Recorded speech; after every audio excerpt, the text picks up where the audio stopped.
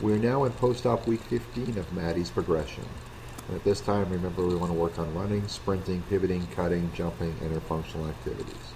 Now that she's not traveling anymore, hopefully we can get her into a more regular schedule in the clinic. We continue with her warm-ups and mix it up with a little bit of jump rope, doing both legs here. We'll also have her do some single leg jump rope. You can see on her uninvolved right leg here, and then shortly you'll see her on her left, which she actually does quite well on, considering she's never done this activity before. We also bring in some things they'll do in soccer, some dynamic swing throughs, with the addition of an AirX pad, which is a movable surface underneath the standing leg to displace her center of gravity. Now the side-to-side swings that you see here, she did okay on her right leg, but she really struggled standing on her left leg, showing that there was still some deficits when her center of gravity was displaced in the lateral direction.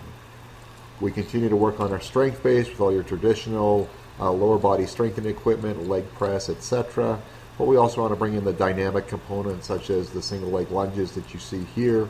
Again, we do it onto a dynamic surface, so she has to adjust to those changes. And you can see that her body position is much better, as is her hip flexor flexibility.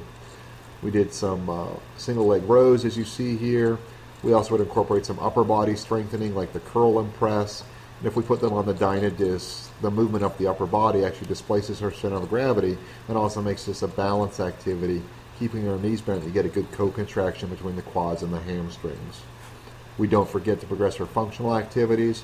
Here you see her start to do some jumps, working on a slow controlled descent, an explosive jump, and then controlling the eccentric loading of the quads when she lands. Want to make sure she has good alignment and good knee control, as she shows here. We get her back out on the turf. You see her doing some 20-yard shuttle. Much better acceleration than was seen a couple weeks ago. Getting much more comfortable with her cutting.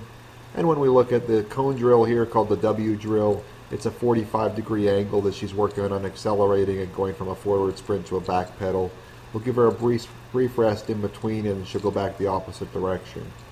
Now, as we've seen with most of our functional drills that we do, you can do it as an activity, but then you can also do it for a specific length of time to work on it as a conditioning activity and bring in a little bit more of her anaerobic system.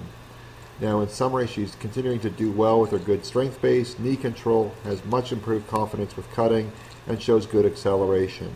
As we look ahead to phase 4, we want to get her out onto the field, work on some shooting drills, work her into a controlled practice setting, scrimmaging, and then finally, when she's